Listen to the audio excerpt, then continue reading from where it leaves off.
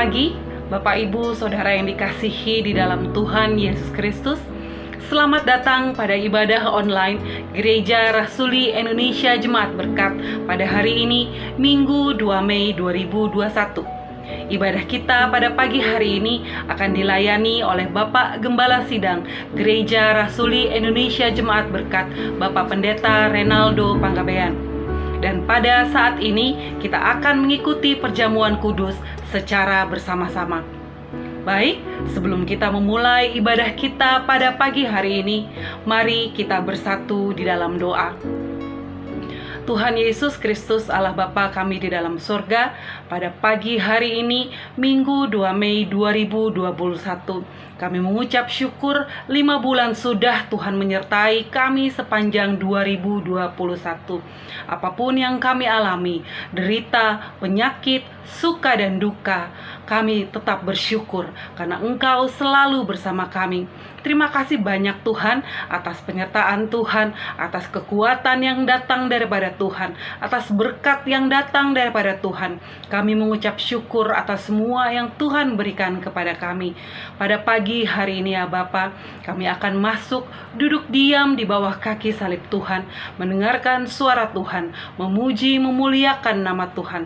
Urapi kami ya Tuhan, Roh Kudus Tuhan pimpin kami. Tuhan, ampuni salah dan dosa kami. Layakan kami ya Bapa untuk menerima berkat Tuhan. Terima kasih ya Tuhan. Pada pagi hari ini kami menyerahkan semua penata layan ke dalam tangan Tuhan. Kami juga akan mengikuti perjamuan kudus. Tuhan Yesus, urapi kami satu persatu di tempat kami masing-masing. Persiapkan hati kami untuk mendengar suara Tuhan, untuk disentuh oleh Tuhan, dan bersama-sama mengikuti perjamuan kudus. Terima kasih ya Tuhan.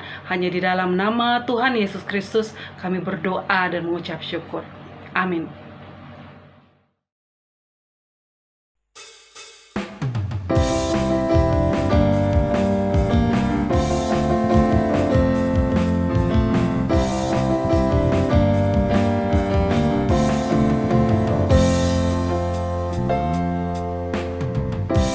Tuhanku Maha Besar, Tuhanku Maha Kuasa, Raja segala raja.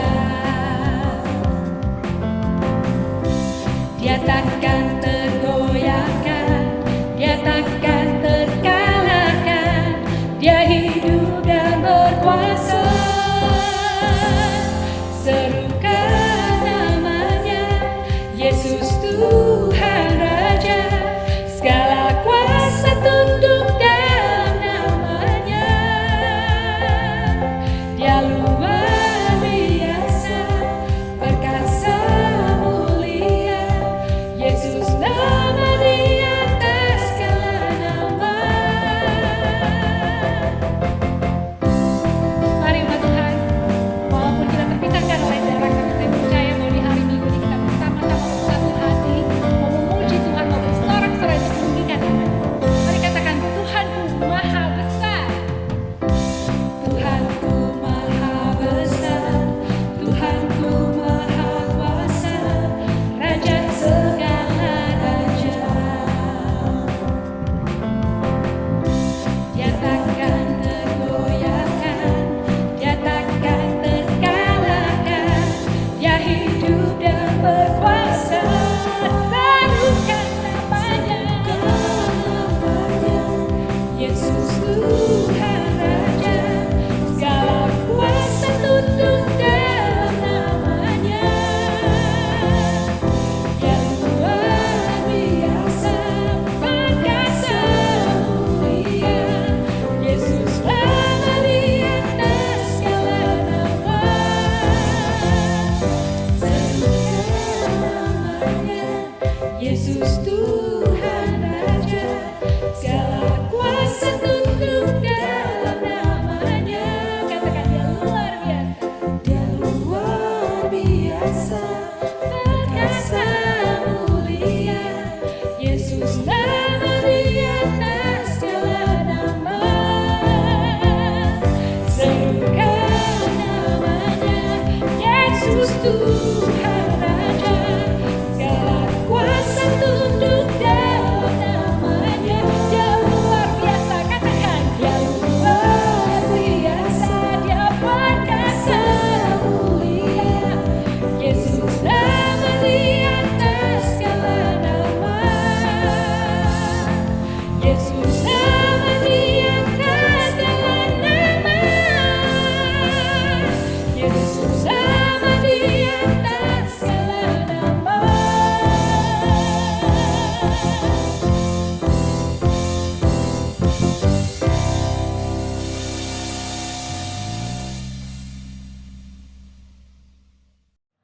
Bapak, Ibu, Saudara yang dikasihi di dalam Tuhan Yesus Kristus, saya undang untuk bangkit berdiri.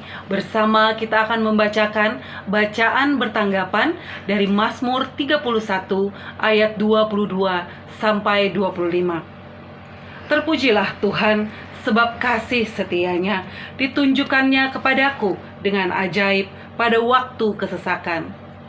Aku menyangka dalam kebingunganku, aku telah terbuang dari hadapan matamu. Tetapi sesungguhnya Engkau mendengarkan suara permohonanku ketika aku berteriak kepadamu minta tolong. Kasihilah Tuhan, hai semua orang yang dikasihinya. Tuhan menjaga orang-orang yang setiawan, tetapi orang-orang yang membuat congkak digenggamnya dengan tidak tanggung-tanggung. Kuatkanlah dan teguhkanlah hatimu, hai semua orang yang berharap kepada Tuhan. Amin. Dipersilahkan duduk kembali.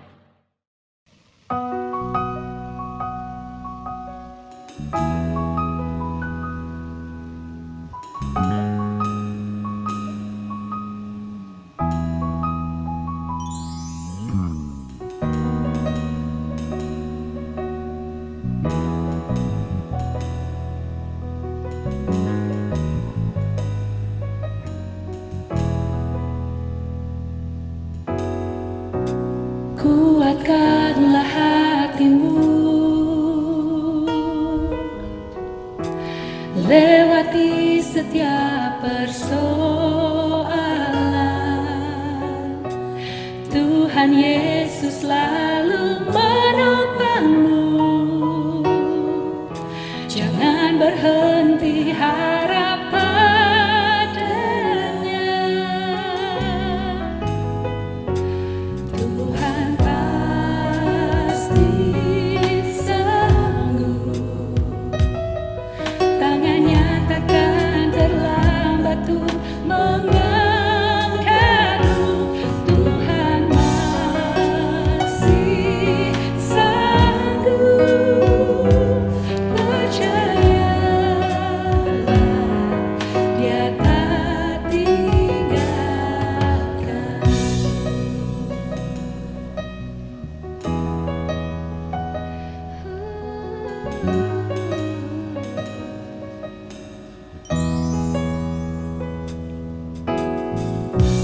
Kuatkanlah hatimu, lewati setiap persoalan. Tuhan Yesus selalu menopangmu. Jangan berhenti harap padanya. Tuhan pasti sanggup. Tangannya takkan terlambat untuk mengangkatmu. Tuhan masih sanggup. Percayalah, Dia tak tinggalkan. Tuhan pasti sanggup. Tangannya takkan terlambat untuk mengangkatmu. Tuhan masih sanggup. Percayalah, Dia tak tinggalkan. Percayalah dengan segenap hati. Percayalah, Tuhan menjagamu. Percayalah, Dia akan mengangkatmu.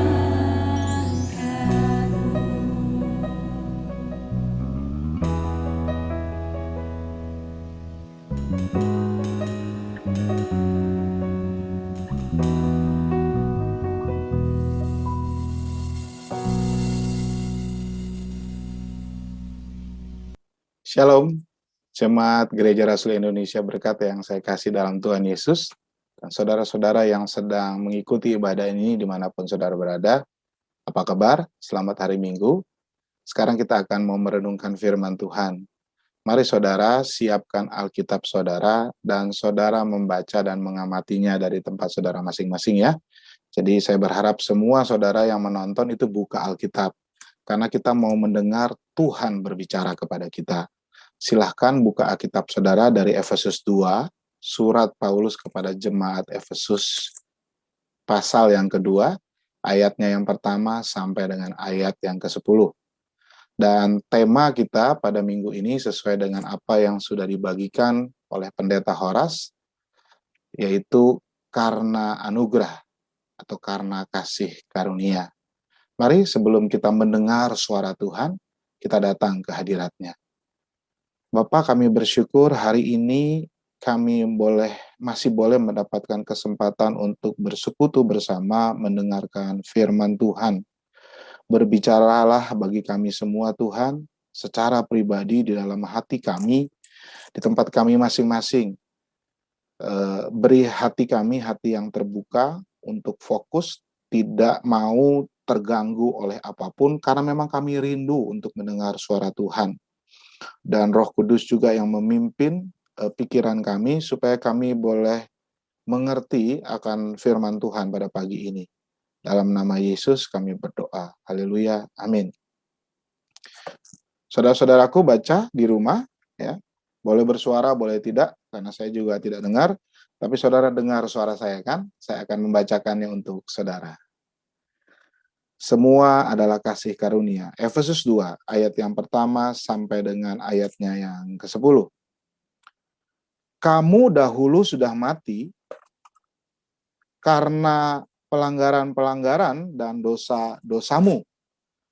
Kamu hidup di dalamnya karena kamu mengikuti jalan dunia ini, karena kamu mentaati penguasa kerajaan angkasa, yaitu roh yang sekarang sedang bekerja di antara orang-orang durhaka. Sebenarnya dahulu kami semua juga terhitung di antara mereka. Ketika kami hidup di dalam hawa nafsu daging dan menurut kehendak daging dan pikiran kami yang jahat, pada dasarnya kami adalah orang yang harus dimurkai, sama seperti mereka yang lain. Tetapi Allah yang kaya dengan rahmat oleh karena kasih-Nya yang besar yang dilimpahkannya kepada kita, telah menghidupkan kita bersama-sama dengan Kristus. Sekalipun kita telah mati oleh kesalahan-kesalahan kita, oleh kasih karunia kamu diselamatkan, dan di dalam Kristus Yesus, Ia telah membangkitkan kita juga dan memberi tempat bersama-sama dengan Dia di sorga. Supaya pada masa yang akan datang, Ia menunjukkan kepada kita kekayaan kasih karunia-Nya yang melimpah-limpah sesuai dengan kebaikan-Nya terhadap kita dan dalam Kristus Yesus. Sebab karena kasih karunia kamu diselamatkan oleh iman. Itu bukan hasil usahamu, tetapi pemberian Allah. Itu bukan hasil pekerjaanmu, jangan ada orang yang memegahkan diri. Karena kita ini buatan Allah, diciptakan dalam Kristus Yesus untuk melakukan pekerjaan baik yang dipersiapkan Allah sebelumnya. Ia mau supaya kita hidup di dalamnya. Tuhan Yesus berkata, orang yang berbahagia adalah orang yang mendengar firman Tuhan, tetapi juga melakukannya dalam kehidupannya. Haleluya. Saudara-saudaraku, ayat ini berisi syarat dengan sebuah topik tentang keselamatan orang-orang Kristen. Ya. Jadi ini kalau istilah teologi artinya doktrin soteriologi. Ya. Kenapa orang Kristen diselamatkan? Diselamatkan dari apa dan untuk apa diselamatkan? Mungkin saudara sudah sering mendengar tentang keselamatan, apa arti keselamatan. Tetapi pada minggu pagi ini adalah baik bagi kita untuk terus merenungkan tentang keselamatan yang Tuhan sediakan bagi kita, yaitu doktrin tentang keselamatan sesuai dengan Alkitab. Saudara-saudaraku, saya membagi perenungan perikop ini menjadi 3. Ya. Ini adalah berbicara tentang keselamatan. Bagian yang pertama adalah kita diselamatkan dari apa? Itu yang akan kita renungkan dari ayat 1 sampai dengan ayat 3. Kemudian bagian yang kedua adalah kita diselamatkan karena apa? Ya, kita renungkan di ayat berikutnya, ayat 4 sampai dengan ayat 9. Kemudian yang terakhir adalah pertanyaannya, kita diselamatkan untuk apa? Ya. Dan itu nanti yang akan kita renungkan di ayat 10. Saudara-saudaraku, di ayat 1 Paulus katakan kepada orang-orang Kristen di Efesus, juga kepada kita. Dia katakan begini, kamu dahulu sudah mati karena pelanggaran-pelanggaran dan dosa-dosamu. So, saudara-saudaraku, pertanyaan yang pertama, kita diselamatkan dari apa? Kita diselamatkan di ayat 1 jelas dikatakan dari kematian. Karena Paulus mengatakan bahwa kita ini sebenarnya sudah mati. Mati karena apa, saudaraku? Mati karena pelanggaran dan dosa-dosa. Dia katakan, karena itu kepada orang Kristen yang sudah bertobat, dikatakan dahulu. Dahulu. Jadi mereka sebelum bertemu Kristus sebenarnya adalah orang-orang yang mati. Ayat ini sesungguhnya mau mengatakan bahwa orang sebelum bertemu Kristus sesungguhnya adalah orang yang mati. Apa artinya mati? Saudara-saudaraku, kita sering kan ya menghadapi kematian dari orang-orang yang terkasih. Dan biasanya di rumah duka itu keluarganya, adiknya, kakaknya, pasangannya itu ketika menghadapi jenazah yang sudah terbujur kaku di peti atau di tempat tidur, itu seolah-olah ngobrol gitu ya. Kalau itu ibu kita, "Mama, engkau baik sekali, engkau begitu cantik di tempat ini. Mengapa engkau pergi secepat ini? Ya, kenapa engkau hidup dululah, bangun mah," gitu ya. Atau mungkin kepada ayahnya gitu ya. Saya dulu ingat waktu gembala kita pendeta Andi Panggabean yang adalah abang saya meninggal. Ya, itu ada tradisi juga ya. Sebagai orang Batak, kadang-kadang kita istilahnya harus mengandung. Mengandung itu adalah meratap ya. Dan saya juga kadang-kadang seperti ngobrol kepada abang saya, "Bang, lu kok cepet banget? Lu terlalu cepet," gitu loh. Meninggal. Tetapi saudara tahu apakah Bang Andi menjawab? Enggak. Dia diem aja tidur gitu ya. Kalau dia jawab saya malah ngeri gitu kan ya. Tapi dia tidak menjawab, saudara-saudaraku. Itu adalah keadaan orang mati, ya. Ketika orang-orang yang terkasih mati, dia tidak bisa berbuat apa-apa. Ya. Sekalipun kita ajak ngobrol, mungkin kita pegang-pegang, "Ayo bangun, kita cium," dia tidak bangun-bangun. Saudara-saudaraku, itulah artinya mati. Artinya, mati itu kita tidak bisa berbuat apa-apa. Bukan secara fisik, tetapi juga yang Paulus maksudkan adalah secara spiritual. Ketika manusia jatuh ke dalam dosa, yaitu pertama kali Adam, maka dia, Tuhan katakan, mati. Allah sendiri yang mengatakan, karena engkau melanggar, atau bahkan waktu diperingatkan, kalau engkau melanggar, ya, di saat engkau memakan buah yang ada di tengah Taman Eden itu, buah pengetahuan yang baik dan yang jahat, maka pada saat engkau memakannya, engkau akan mati. Apa yang Allah maksudkan mati?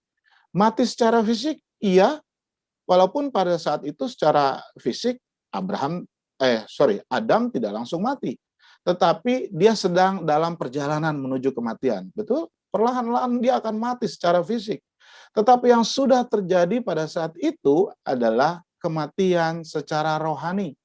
Kematian secara spiritual. Apa artinya? Terpisah dengan Allah. Dan itu adalah kematian yang sejati, ya. Kematian dari kematian istilahnya. Death to death. Ya, kematian yang paling mengerikan karena terpisah dari Allah Maha Pencipta. Coba kalau kita buka di Efesus 4 ayat 18 ya, Saudara boleh buka dekat itu ya. Efesus 4 dari ayat 17 ya. Dikatakan begini oleh Rasul Paulus, sebab itu kukatakan dan kutegaskan ini kepadamu di dalam Tuhan. Jangan hidup lagi sama seperti orang-orang yang tidak mengenal Allah dengan pikirannya yang sia-sia dan pengertiannya yang gelap, yang jauh dari persekutuan dengan Allah. Ya, jadi orang yang mati adalah orang yang jauh persekutuannya dari Allah. Lalu ada ayat lain, saudara-saudaraku, kita bisa baca di Yesaya 59 ayat 2. Ya, Yesaya 59 ayat 2. Di situ juga mengatakan tentang kematian, saudara-saudaraku. Yesaya 59 ayat 2. Sebentar ya, saya buka. Ya, Nabi Yesaya mengatakan bahwa tetapi yang merupakan pemisah antara kamu dan Allahmu ialah segala kejahatanmu, yang membuat dia menyembunyikan diri terhadap kamu, sehingga ia tidak mendengar ialah segala dosamu. Jadi dosa menyebabkan kematian. Kematian secara fisik, tetapi yang terpenting adalah kematian karena terpisah dari Allah. Ya. Itu sebabnya di ayat 2 dikatakan, waktu belum mengenal Kristus, dikatakan kamu hidup di dalamnya, karena kamu mengikuti jalan dunia ini, karena kamu mentaati penguasa kerajaan angkasa, yaitu roh yang sekarang sedang bekerja di antara orang-orang durhaka. Jadi saudara-saudaraku, di luar Kristus, sebelum mengenal Kristus, kita semua ini adalah orang-orang yang mati. Mati secara rohani. Secara fisik pun kita pasti akan mati. Tetapi yang lebih mengerikan, kita adalah orang yang mati secara rohani. Yang pengertiannya adalah kita terpisah dari Allah. Karena apa? Karena pelanggaran dan dosa. Dikatakan sekali lagi di ayat 1, karena pelanggaran 2 kali. Berarti pelanggarannya banyak. Kita nih hidup dalam pelanggaran dan dosa, dan sudah dimulai dari Adam dan Hawa. Dan pelanggaran itu menyebabkan dosa. Dan itu sebabnya kita tidak bisa lagi bertemu dengan Allah.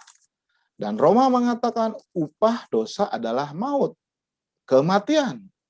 Jadi Paulus juga mengatakan kepada jemaat di Roma.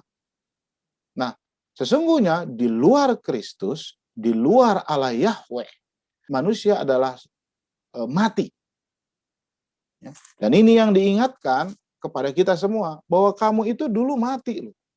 Ya. Mati karena apa? Karena dosa dan pelanggarannya. Bahkan di ayat 3, Paulus bilang, saya juga sama dengan kamu. Saya juga adalah orang yang mati. Dikatakan dahulu saya juga terhitung di antara mereka ketika kami hidup dalam hawa nafsu, daging yang menuruti kehendak daging dan pikiran kami yang jahat. Pada dasarnya kami adalah orang yang harus dimurkai sama seperti mereka yang lain. Jadi saudaraku, jawaban dari pertanyaan yang pertama, keselamatan kita itu keselamatan dari apa? Dari kematian. Karena sesungguhnya dulu sebelum kita mengenal Allah, sebelum kita mengenal Allah di dalam Kristus Yesus anaknya, maka kita sesungguhnya adalah orang-orang yang mati.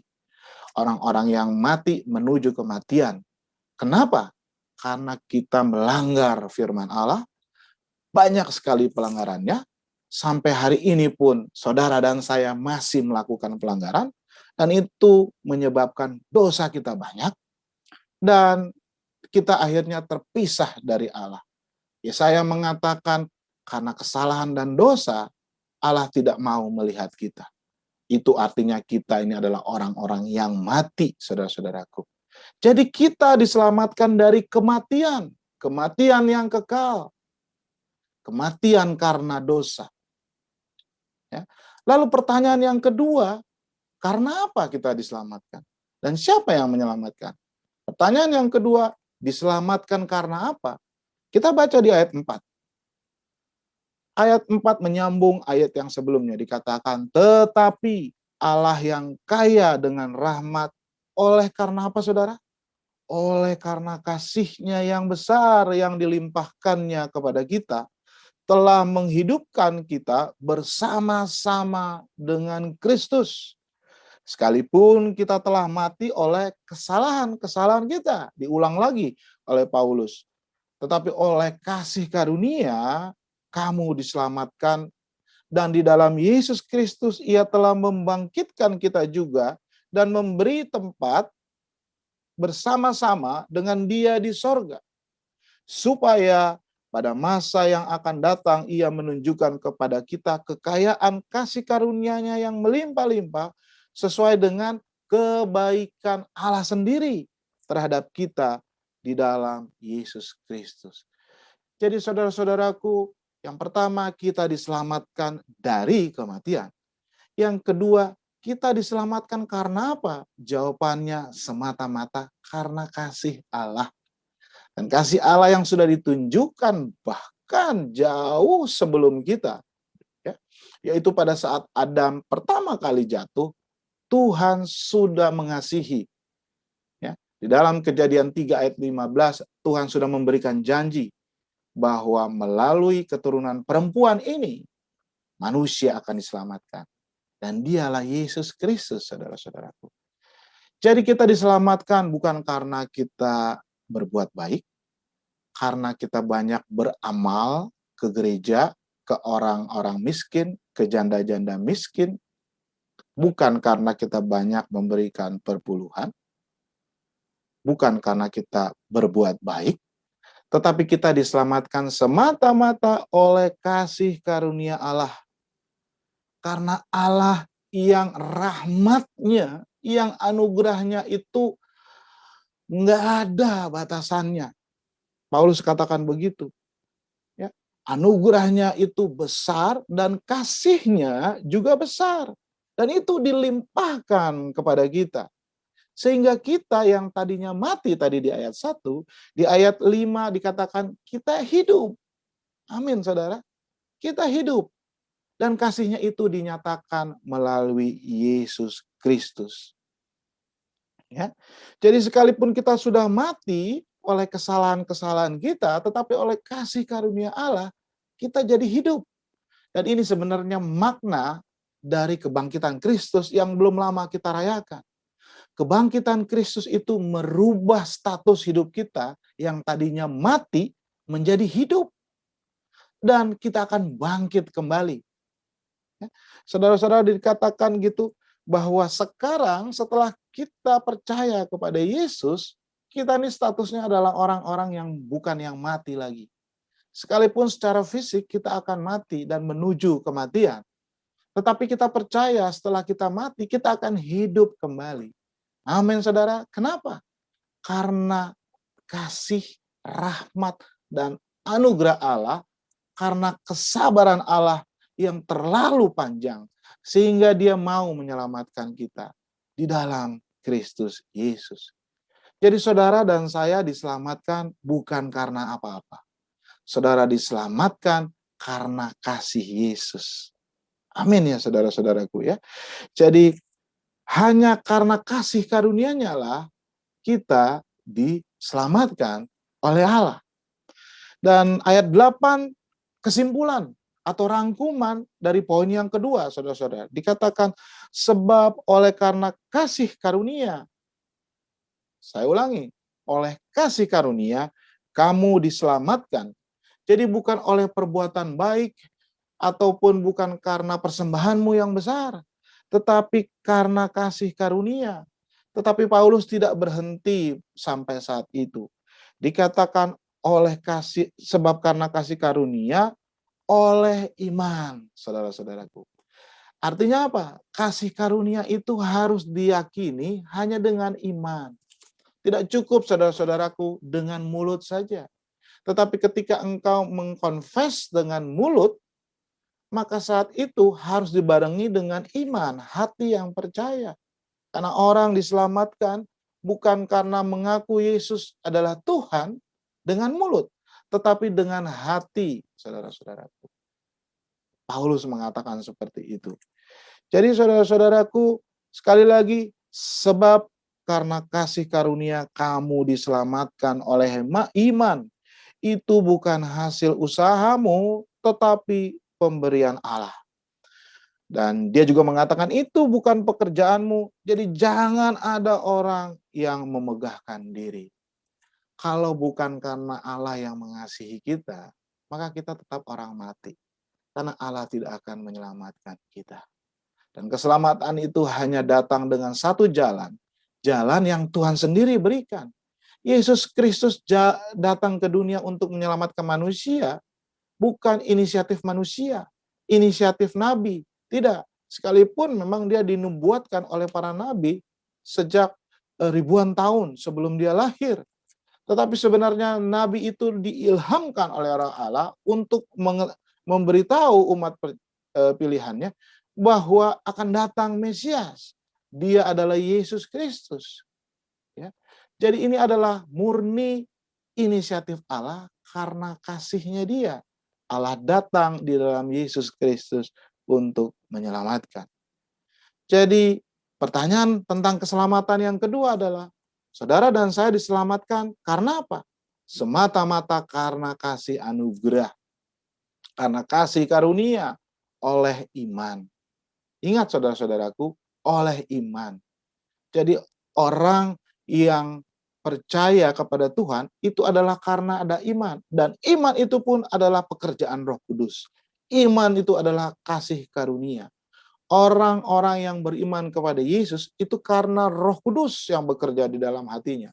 Sehingga dia mengaku dan percaya bahwa Yesus Kristus adalah Tuhan dan Juru Selamat. Jadi kita diselamatkan dari apa? Dari kematian, saudara-saudaraku. Di luar Kristus kita ini semua atas mati.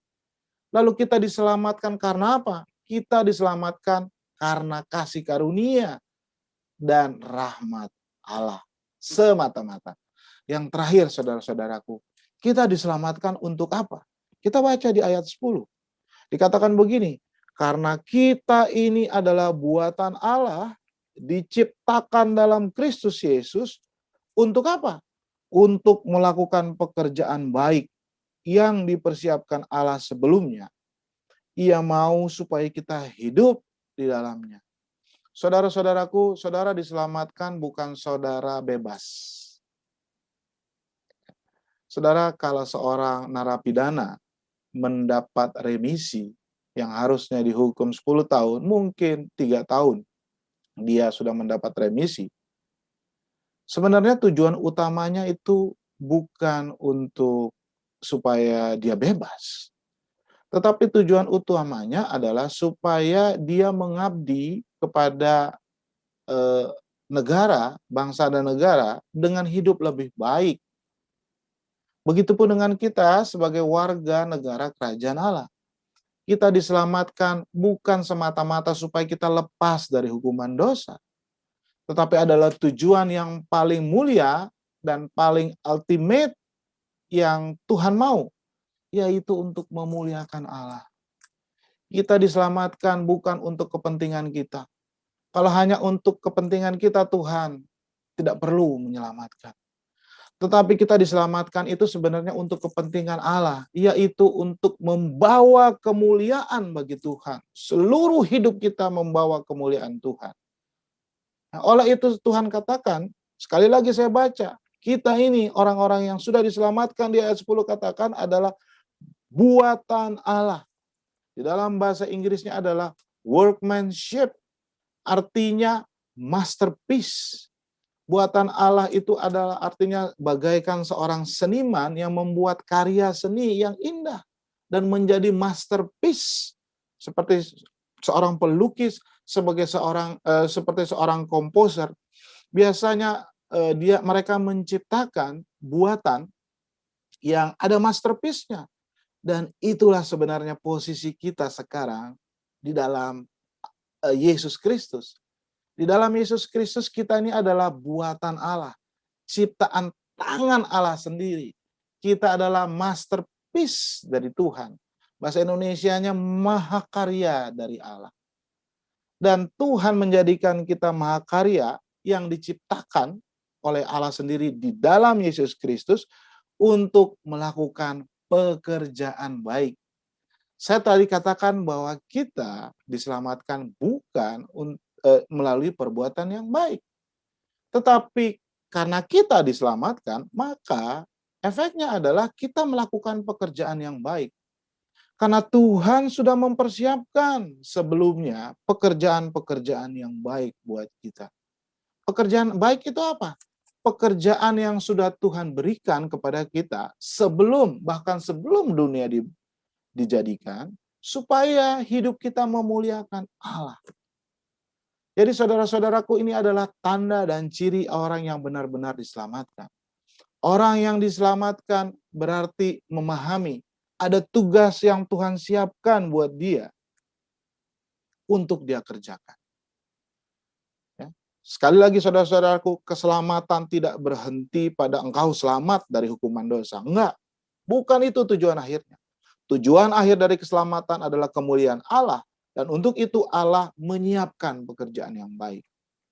Manakala saudara-saudaraku, seorang Kristen yang katanya sudah diselamatkan, merasa diselamatkan, tapi tidak ada pekerjaan baik dalam hidupnya. Jangan-jangan dia sedang berasumsi, saudara-saudara, bahwa saya diselamatkan. Karena Alkitab mengatakan kepada orang-orang yang diselamatkan, ada pekerjaan baik yang Tuhan persiapkan. Tuhan loh yang menyiapkan. Apa itu saudara-saudaraku? Banyak sekali di dalam Alkitab. Ketika engkau ditugaskan untuk melayani Tuhan di gereja.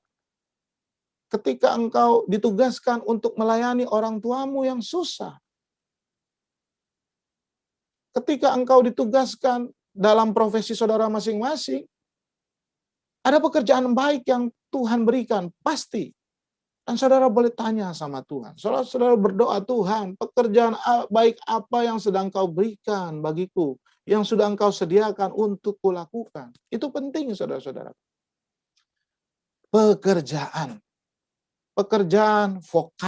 vokasional, saudara-saudara. Tetapi vokasi yang kita lihat di sini adalah dari perspektif Allah. Bukan profesi kita sebagai pekerja, sebagai profesional, atau mungkin sebagai pengusaha. Ya, tetapi itu semua menjadi pekerjaan yang dari Allah, manakala melalui profesi kita, nama Allah dimuliakan. Kalau nama Allah tidak pernah dimuliakan, jangan-jangan kita nggak tahu pekerjaan apa yang Tuhan sediakan bagi kita. Atau jangan-jangan sesungguhnya kita orang yang belum diselamatkan. Saudara-saudaraku, yang pasti tahu 100% orang itu diselamatkan, itu hanya Tuhan. Hanya Tuhan, saudara-saudaraku. Itu sebabnya iman seseorang itu harus dijaga. Seseorang pendeta misalnya, seorang gembala yang luar biasa kuasanya, tidak ada jaminan bahwa dia tetap pada imannya. Ketika banyak kita lihat akhirnya di ujung hidupnya atau di satu momen tertentu, ternyata mereka bisa berbuat dosa. Mereka tidak melakukan pekerjaan yang baik. Demikian juga dengan saudara dan saya. Iman itu harus terus dijaga. Amin ya saudara. Jadi saudara-saudaraku, kita diselamatkan untuk apa? Untuk memuliakan Tuhan. Untuk melakukan pekerjaan-pekerjaan baik yang sudah Tuhan sediakan. Semua sudah Tuhan sediakan. Termasuk pekerjaan yang baik. So saudara, pertanyaannya adalah, saudara tahu nggak pekerjaan baik apa sih yang Tuhan sediakan? Atau Tuhan nggak sediakan? Nggak mungkin, saudara.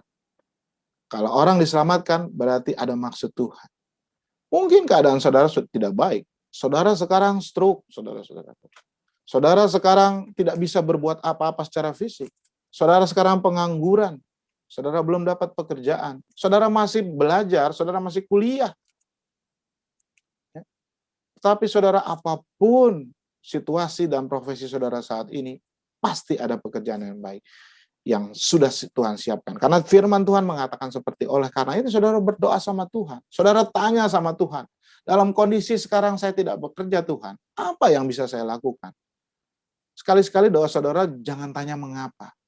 Mengapa Tuhan saya sakit? Mengapa saya tidak sembuh? Mengapa saya harus begini terus? Mengapa pekerjaan tidak datang? Tetapi coba doa saudara itu bertanya, apa Tuhan? Bagaimana Tuhan? Kalau Engkau izinkan saya tetap dalam kondisi tubuh sakit seperti ini, kalau Engkau izinkan saya sekarang dalam situasi ekonomi yang seperti ini, oke Tuhan. Sekarang bagaimana caranya saya bisa melakukan pekerjaan-Mu? Bagaimana saya dapat memuliakan nama Tuhan dengan kondisi apapun dalam hidup saya saat ini? Tunjukkan Tuhan. Maka Tuhan pasti akan menunjukkan bagi saudara. Nah, saudara jangan lupa, saudara bisa cari dari Alkitab, firman Tuhan. Maka jangan sekedar baca, tetapi renungkan itu, saudara-saudaraku. Tuhan juga punya pekerjaan yang banyak buat kita yang Dia berikan melalui Alkitab. Jadi saudara harus berdoa, merenung, tetapi juga membaca Alkitab. Supaya saudara tahu dan saudara mengerti apa sebenarnya pekerjaan yang sudah Tuhan siapkan bagi saudara. Saudara-saudaraku, kepada anak-anak kita pun harus menekankan itu. Mungkin sekarang mereka masih belajar. Ya. Mungkin sudah di universitas, tapi juga sejak kecil saudara harus bertanya, saudara, anak-anak, engkau mau jadi apa? Buat papa, mama, papi, mami, ayah, bunda, yang penting adalah saudara, anak-anak bukan menjadi kaya. Bukan mengumpulkan harta sebanyak-banyaknya. Tetapi biarlah anak-anak itu nanti mempunyai dampak yang sebanyak-banyaknya bagi sebanyak-banyaknya orang. Ini yang bahasa Inggrisnya namanya legacy, saudara-saudara. Kalau harta yang banyak, ya, itu nggak ada hubungannya dengan kerajaan Allah. Kecuali engkau menggunakan harta yang banyak itu untuk memuliakan Allah. Amin, saudara. Jadi dari sekarang kita harus mendidik anak kita, menantang dan mendorong anak kita untuk mulai mengetahui pekerjaan apa sih yang sudah Tuhan siapkan bagi dia. Ya, sehingga nanti ketika dia sudah terjun ke masyarakat, bahkan ketika dia sudah mati, sudah menjelang, maksud saya menjelang mati, karena semua manusia pasti akan mati. Ada yang dia tinggalkan, ada yang dia wariskan. Legacy, bukan harta, bukan inheritance, bukan berupa harta, tetapi berupa dampak yang banyak yang bisa dirasakan oleh banyak orang. Dan dengan demikian, maka mereka sudah melakukan pekerjaan yang baik yang Tuhan berikan.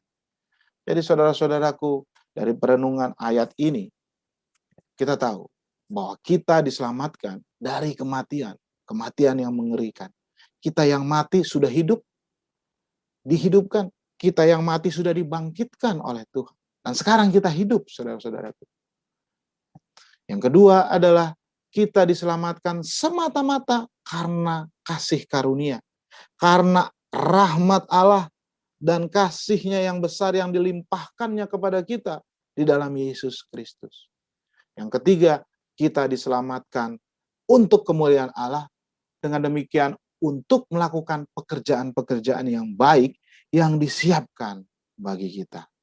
Semoga saudara bisa merenungkan lebih dalam lagi tentang keselamatan yang sudah Tuhan sediakan bagi saudara-saudara. So, saudara-saudaraku yang belum merasa diselamatkan. Saudara di luar Kristus, saudara adalah orang-orang yang mati. Walaupun saudara hidup saat ini. Ya, memang saudara bukan zombie, ya, mayat yang hidup. Enggak. Tetapi sebenarnya engkau adalah orang mati yang hidup. Karena engkau di luar Kristus. Oleh karenanya, dengarlah firman Tuhan hari ini. Dengarlah sapaan Tuhan hari ini. Kalau engkau mau hidup, maka datanglah kepada Kristus. Maka Kristus dengan kasih-Nya yang besar, ya, dengan rahmat-Nya yang tidak habis-habisnya, ingin menyelamatkan saudara dan ingin membuat saudara menjadi orang yang hidup. Kiranya saudara diberkati dan ditegur oleh firman Tuhan pada hari ini, dan biarlah Roh Kudus yang menuntun hidup saudara di dalam menjalani hari-hari ke depan untuk memuliakan Tuhan, untuk melakukan pekerjaan baik yang sudah Tuhan siapkan bagi saudara. Amin. Mari kita berdoa. Bapa dalam surga, terima kasih ya Tuhan untuk firman Tuhan pada hari ini. Engkau sudah mengingatkan kembali Tuhan, bahwa keselamatan tidak berhenti pada satu tahap di mana kami sudah tidak lagi menerima hukuman kekal.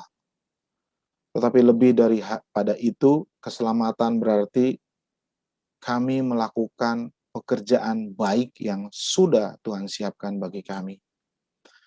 Sekalipun kami tahu bukan pekerjaan baik itu yang menyelamatkan kami, tetapi kami melakukan pekerjaan yang baik sebagai satu respons atas keselamatan yang sudah kami terima. Hamba sudah selesai berbicara, tetapi biarlah Roh Kudus yang berbicara terus di dalam hati dan pikiran mereka untuk mengingatkan hamba anak-anak-Mu semuanya ya Tuhan, untuk mengerti apa arti keselamatan di dalam Yesus Kristus bagi mereka semua. Dalam nama Yesus kami berdoa dan mengucap syukur. Amin.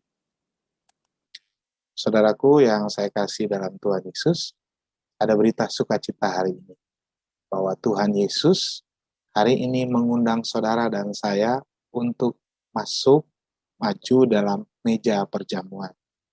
Yang mengundang saudara dan saya untuk bersukacita. Mari saudara, angkat hatimu, menerima undangan dari Tuhan, ketahuilah Allah besertamu. Saudara, silakan mempersiapkan diri, hati dan pikiran saudara, untuk menerima undangan dari Tuhan ke dalam perjamuan Tuhan.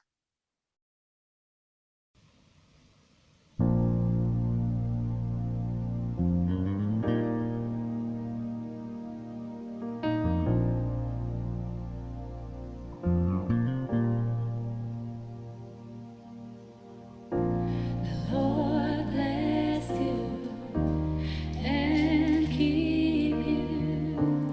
Make His face shine upon you and be gracious to you.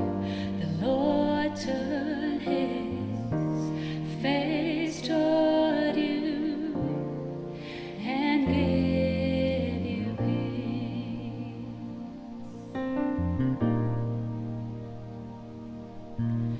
Amen.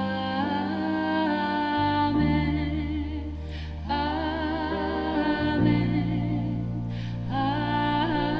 Amen.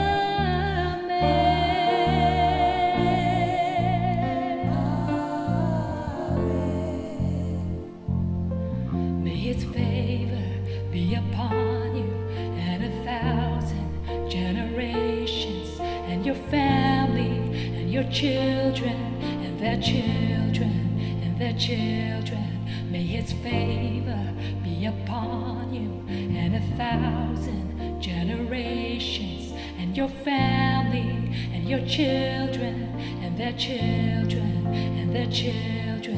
May His favor be upon you and 1,000 generations, and your family and your children and their children and their children. May His favor be upon you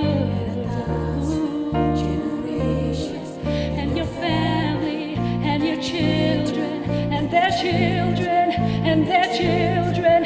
May His presence go before you and behind you and beside you, all around you and within you. He is with you. He is with you.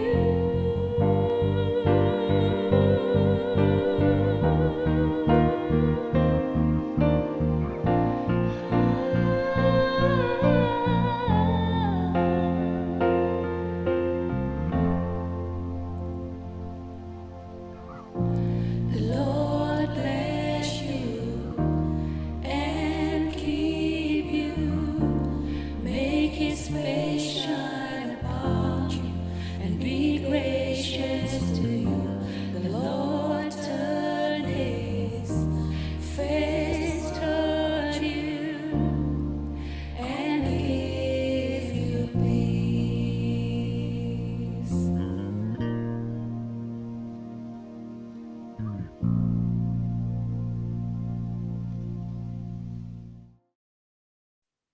Jemaat yang dikasihi Tuhan Yesus, mari kita menerima undangan perjamuan dari Tuhan Yesus, dan sebelumnya mari kita berdoa.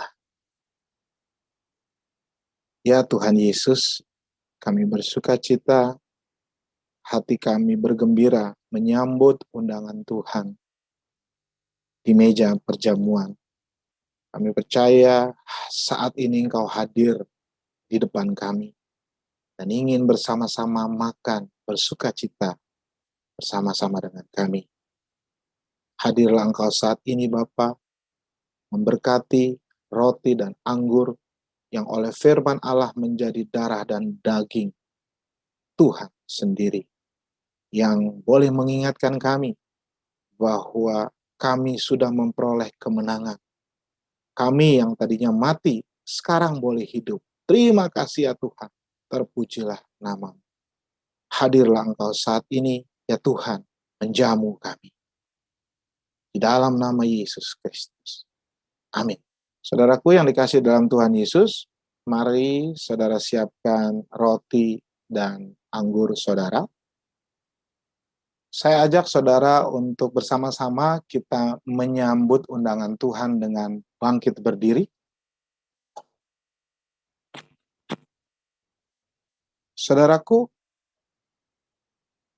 pada malam ia diserahkan, Yesus mengambil roti, mengucap syukur dan memecah-mecahkannya, lalu memberikannya kepada murid-muridnya dan berkata, "Ambillah, inilah tubuhku, ambillah." Sesudah itu, ia mengambil cawan, mengucap syukur dan berkata, "Inilah tubuhku, darah perjanjian yang ditumpahkan bagi banyak orang. Ambillah." Saudaraku yang di hosti saudara, ada ayat, saudara boleh baca sekali lagi, karena ini adalah firman Allah khusus untuk saudara. Saya mendapatkan firman dari Tuhan hari ini, dari Yohanes 14 ayat 27a. "Damai sejahteraku kuberikan kepadamu." Mari kita angkat roti ini. "Sebab apa yang telah kuteruskan kepadamu telah aku terima dari Tuhan, yaitu bahwa Tuhan Yesus pada malam waktu ia diserahkan mengambil roti, dan sesudah itu ia mengucap syukur atasnya, ia memecah-mecahkannya dan berkata, inilah tubuhku yang diserahkan bagi kamu. Perbuatlah ini menjadi peringatan akan aku. Saudara percaya ini adalah tubuh Kristus? Karena iman dan kepercayaanmu pada tubuh Kristus, makanlah dengan penuh ucapan syukur.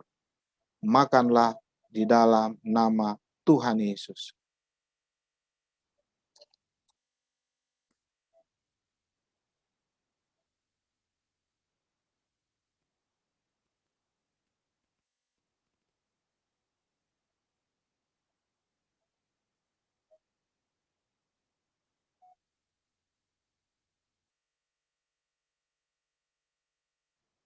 Saudaraku, mari kita ambil cawan anggur kita, dan kita boleh mengangkatnya tinggi, tanda kita meninggikan darah Kristus.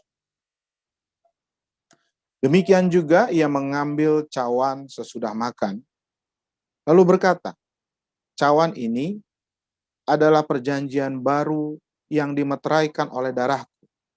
Perbuatlah ini setiap kali kamu meminumnya menjadi peringatan akan aku. Saudara percaya ini adalah darah Kristus? Saudara percaya bahwa darah Kristus penuh kuasa untuk menyembuhkan tubuhmu yang sakit? Oleh karena itu, apabila saudara ada yang sakit, bagian tubuh saudara, saudara boleh taruh tangan kiri saudara pada bagian yang sakit, atau pada dada saudara, apabila tidak terjangkau. Dan minumlah dengan penuh ucapan syukur, dengan mengingat bahwa darah Kristus sudah tercurah untuk penebusan dosa saudara dan saya. Minumlah.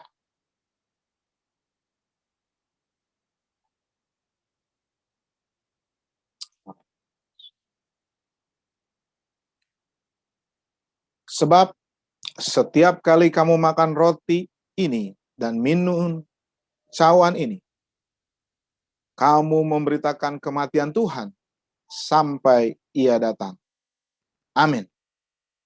Jemaat yang dikasihi Tuhan Yesus, sebelum kita memberikan persembahan, mari kita mengucapkan pengakuan iman kita dengan bersama-sama dengan gereja di segala tempat dan sepanjang abad, mengucapkan pengakuan iman rasuli kita. Aku percaya kepada Allah, Bapa yang Maha Kuasa, Khalik langit dan bumi.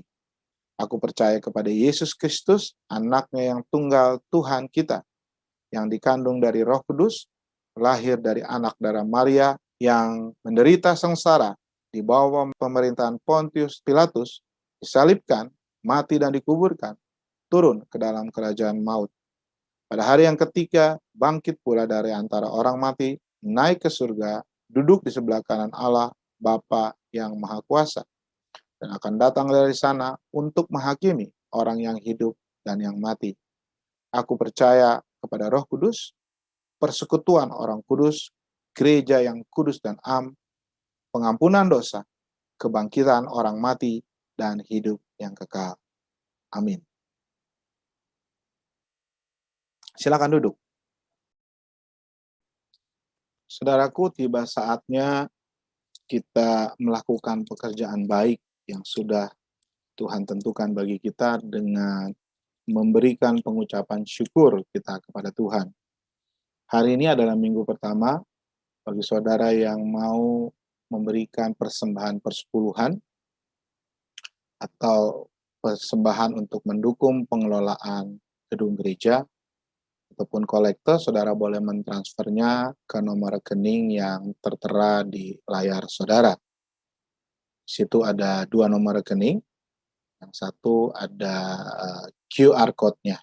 Jadi saudara pada waktu nanti ada pemuji menaikkan pujian, saudara juga boleh menaikkan pujian sambil mentransfernya persembahan saudara ke rekening gereja. Dan boleh saya himbau sekali lagi pada hari ini bahwa gereja masih membutuhkan dana untuk pengelolaan gedung, ya, untuk menutupi kewajiban-kewajiban kita. Dan saudara, gereja itu membagikan celengan, ya. Jadi seberapapun saudara mau mempersembahkan kepada Tuhan, saudara masukin di celengan itu. Bagi saudara yang belum dapat, saudara boleh menghubungi Diaken Jun supaya diantar.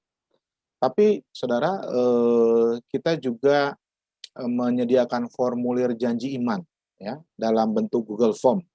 Nanti setelah kebaktian ini akan dikirimkan lagi di grup ya saudara-saudaraku. Saudara boleh janji iman. Janji iman tuh artinya saudara berkomitmen untuk mendukung Tuhan, pelayanan Tuhan melalui gereja ini dengan memberikan sejumlah dana secara rutin. Ya, boleh setiap minggu atau setiap bulan, dan jumlahnya terserah saudara. Saudara mau kasih 5.000, 10.000, ya, sesuai dengan berkat Tuhan yang saudara terima dan kerelaan hati saudara. Ya, selama beberapa bulan, karena gereja Tuhan membutuhkannya. Jadi saudara tolong diisi ya nanti kami akan mencatatnya dan kami akan mengingatkan janji iman saudara. Ya. Dengan saudara mendukung gereja Tuhan, maka saudara sudah melakukan salah satu perbuatan baik yang Tuhan perintahkan kepada kita. Ya, yang penting saudara harus dengan tulus hati dan penuh ucapan syukur kepada Tuhan. Selamat memberi yang terbaik. Tuhan memberkati.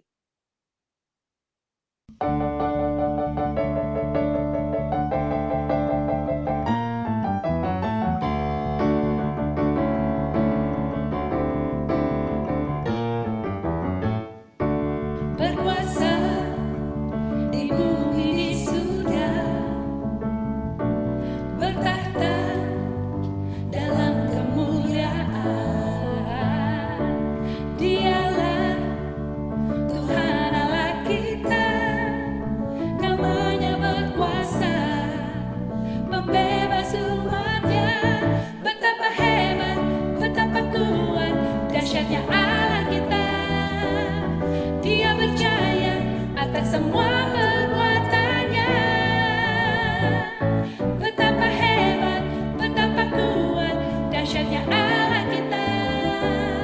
Dia ternama Yesus Raja segala raja, Tuhan Allah kita. Mari saudara kita angkat pujian ini bersama, kita naikkan namanya, kita tinggikan namanya. Dia berkuasa di bumi, di surga, dan di hidup kita. Berkuasa di bumi di surga, bertahta dalam kemuliaan.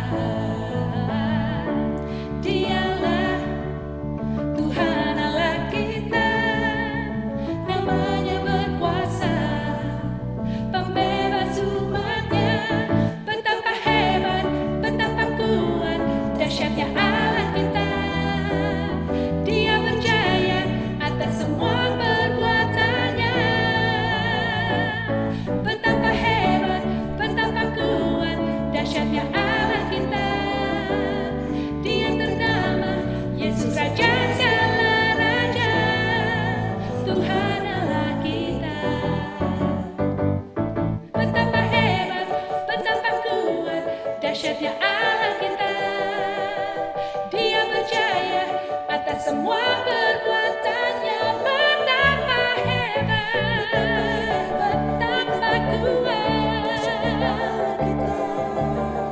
Dia ternama Yesus Raja segala raja. Betapa hebat, betapa kuat, dahsyatnya Allah kita. Dia berjaya atas semua perbuatannya. Betapa hebat, betapa kuat, dahsyatnya Allah kita. Dia ternama Yesus Raja segala raja, Tuhan Allah kita. Tuhan Allah kita, ya kita angkat namanya. Tuhan Allah kita.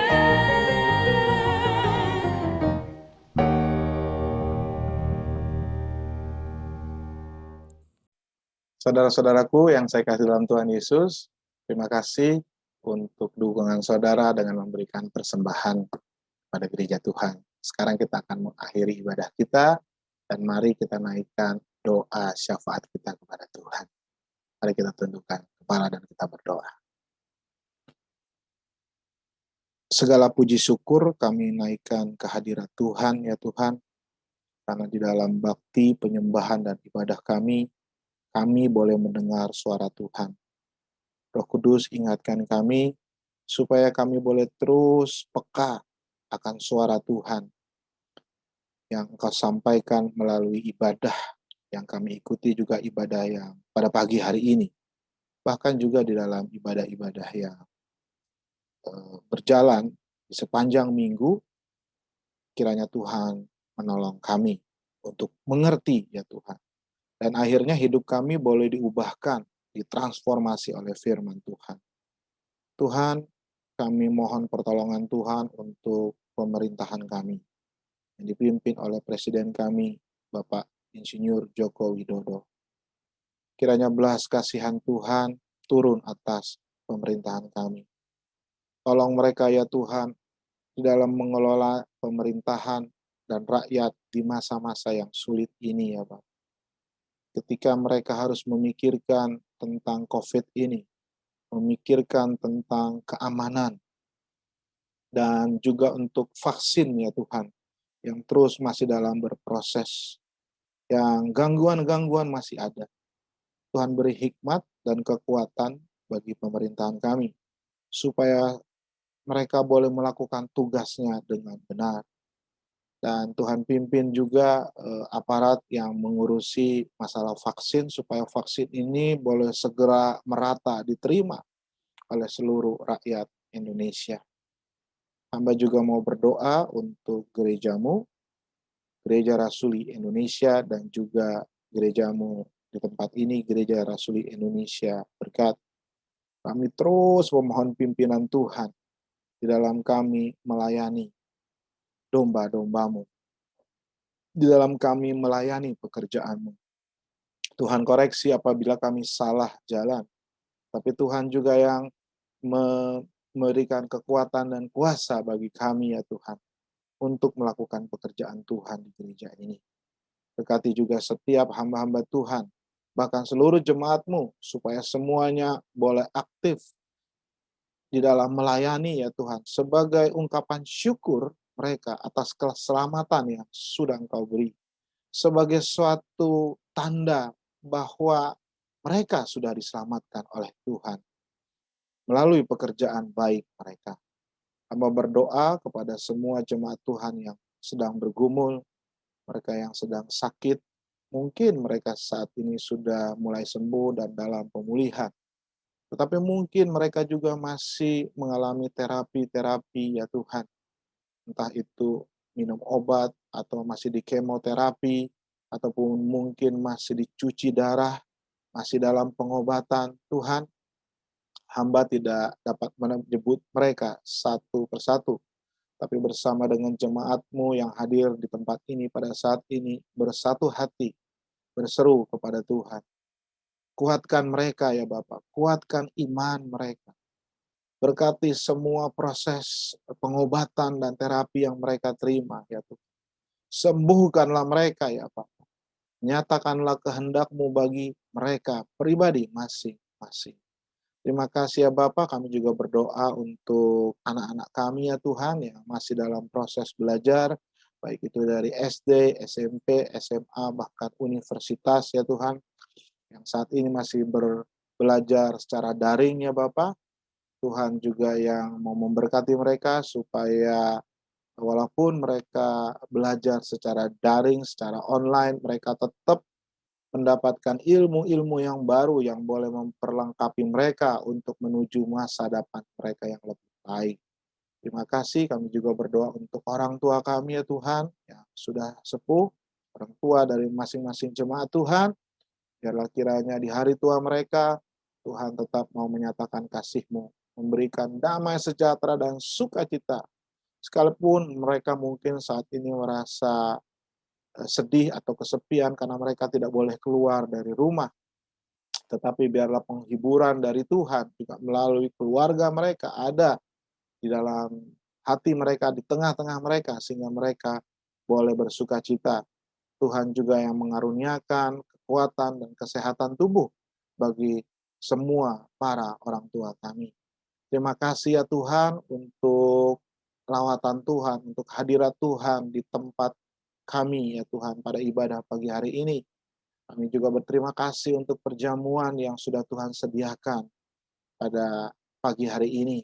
Biarlah semuanya itu boleh menguatkan kami, tetapi juga lebih jauh boleh merubah hidup kami, boleh semakin memuliakan Tuhan di setiap aspek kehidupan kami, di dalam pekerjaan, di dalam sekolah, bahkan di dalam keluarga, dan juga dalam pelayanan kami di gereja.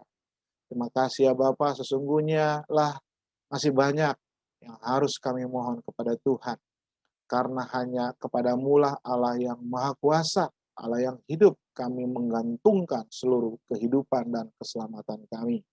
Kami percaya apa yang tidak terpikirkan oleh kami, semuanya sudah Engkau sediakan.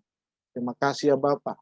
Inilah doa kami, sempurnakanlah ya Roh Kudus yang kami naikkan hanya di dalam nama Yesus Kristus, yang juga sudah mengajarkan kepada kami sebuah doa yang indah, yang dengan sungguh hati mau kami naikkan kepada Tuhan bersama-sama.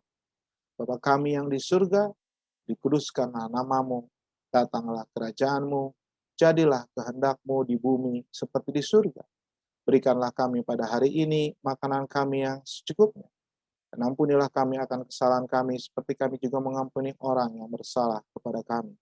Dan janganlah bawa kami masuk ke dalam pencobaan, tetapi lepaskanlah kami daripada yang jahat. Karena Engkau yang punya kerajaan dan kuasa dan kemuliaan sampai selama-lamanya. Amin.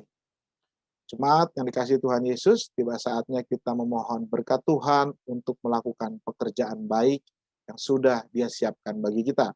Tetapi izinkan saya sebelumnya mengingatkan saudara pada hari Rabu besok jam 19.30 kita akan ada kelompok doa. Saudara-saudaraku, saya selalu diberkati dalam kelompok doa ini karena kita bisa saling mendoakan. Tetapi kita juga boleh sharing akan firman Tuhan. Ya. Jadi apa yang sudah kita renungkan pada hari ini dari surat Efesus, nanti kita akan renungkan lagi. Ya, kita bisa renungkan dengan tidak terburu-buru dan ayatnya juga bisa lebih banyak sedikit ya. Mungkin nanti kita akan baca dari ayat pasal 1 dan pasal 2 supaya kita dapat konteksnya. Dan biasanya Roh Kudus bekerja, bukan biasanya, pasti Roh Kudus bekerja. Karena setiap kali pada jam doa saya mendapatkan sesuatu dari firman Tuhan. Jadi saya undang saudara untuk hadir. Jam 19.30 kita berbincang-bincang, kita sama-sama diskusi firman Tuhan, bahkan saudara sharing dong kepada sesama anggota gereja ya yang menguatkan gitu. Setelah itu kita akan menaikkan doa. Maaf, hari Jumat, bukan hari Rabu ya, hari Jumat. Hari Rabunya ada renungan tengah minggu singkat melalui Facebook ya. Di situ juga kita mendapatkan firman Tuhan dari hamba Tuhan. Minggu depan, kalau nggak salah Pak Pendeta Yosua ya, Rabu ini kalau nggak salah Pendeta Yosua. Ayo hadir ya di Facebook Live. Mari saudara, saya undang kita untuk bangkit berdiri. Kita arahkan hati kita tengadahkan tangan kita, dan kita menerima berkat Tuhan. Tuhan memberkati engkau dan melindungi engkau. Tuhan menyinari engkau dengan wajah-Nya dan memberi engkau kasih karunia. Tuhan senantiasa menghadapkan wajah-Nya kepadamu dan memberi engkau damai sejahtera. Anugerah dan rahmat dari Allah Bapa dan Tuhan kita Yesus Kristus, serta penyertaan dan penghiburan dari Roh Kudus kiranya menyertai engkau dari sekarang ini sampai selama-lamanya. Amin.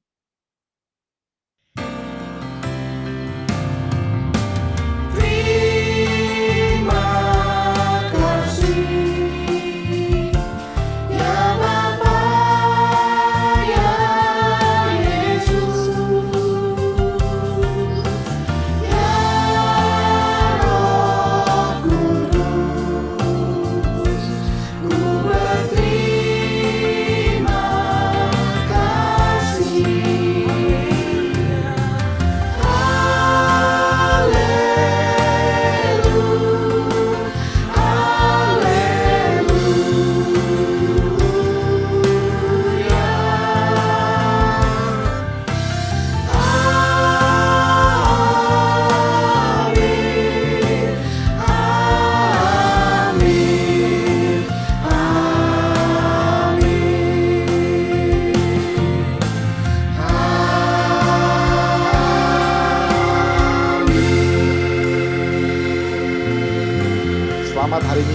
Tuhan memberkati.